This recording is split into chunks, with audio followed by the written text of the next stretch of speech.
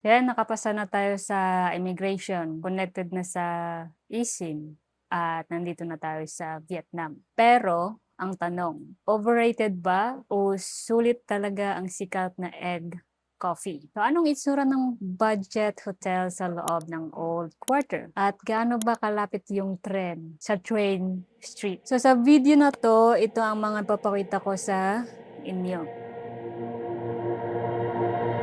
So first stop, yung hotel namin. So we booked Memory Legends Hotel via Agoda. Ang laking advantage niya kasi nasa loob mismo siya ng Old Quarter. Kaya walking distance lang ang mga kainan at tourist spots. Pero honestly, sa picture mukha siyang brand new at maluwag. Pero sa personal, may mga nagbago na. Medyo masikip yung daan papuntang room. Pagkalabas sa elevator, nilagyan nila ng spa corner, yung lobby. Yung CR namin, may part ng kisame sa CR na bukas. Tapos medyo sira yung shower. Pero kung practical traveler ka at kailangan mo lang ng maayos na higaan at aircon panglaban sa init, pwede na rin for budget travelers. So first night namin, lumabas kami para kumain. Dito namin na-realize na legit pala ang language barrier.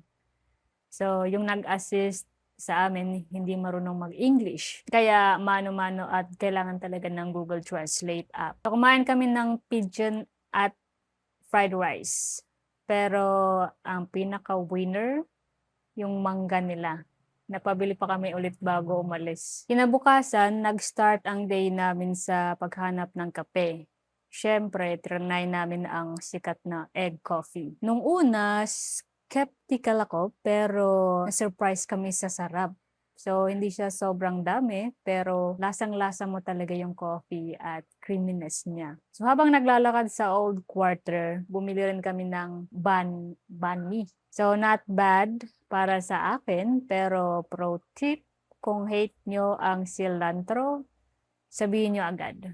So, yung mga kasama ko ay hindi nila nakain yung kanila dahil hindi nila bet ang lasa ng cilantro.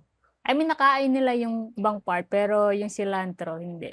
So, after kumain, naglakad kami papuntang GP Travel Agency para i-book yung Sapa trip namin. So, ang original plan namin ay ang sleeper cabin bus. Pero dahil nasaktuhan na holiday sa Vietnam, fully booked na. Ang sinuggest nila sa amin, mag-train. So, in the end, mas naging okay pa pala siya. At ipapakita ko sa inyo mamaya kung bakit. Since kasama sa itinerary namin ang hop-on, hop-off bus, hinanap namin kung saan bibili ng ticket. Nakita din namin, malapit sa lake. So, bumili kami ng ticket and then sumakay kami ng electric vehicle papunta sa main terminal.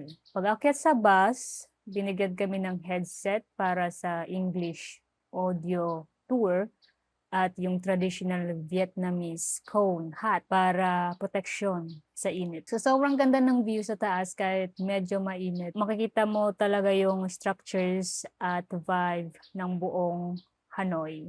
So after ng tour namin, nakahanap kami ng restaurant na kasama sa Michelin Guide para itry ang authentic pho. So ito yung unang beses kong makatikim ng authentic pho sa Vietnam. Super sarap ng sabaw at beef. So perfect, pampawi ng energy. Pagkatapos kumain, naglakad kami papunta sa famous train street. Nag-order kami ng ice cream at fries habang naghihintay. So guys, totoo pala yung kaba dito. Pag parating na yung tren, kailangan mong i-adjust yung table mo, kundi mababangga talaga. Safety first talaga dapat. After ng train street, bumalik na kami sa hotel para mag-pack. Tonight, aalis kami ng Hanoi at sasakay kami sa isang 7-hour overnight train papuntang Sapa. Parang Hogwarts Express ang vibe, pero hindi naging perfect ang weather namin pagdating doon. So, gusto niyo makita kung anong itsura ng train nila at kung ano ang nangyari sa sikat na fancy pan cable car namin sa gitna ng ulan. Yan ang abangan ninyo sa next vlog. So don't forget to like and subscribe for more videos. So see you sa Sapa!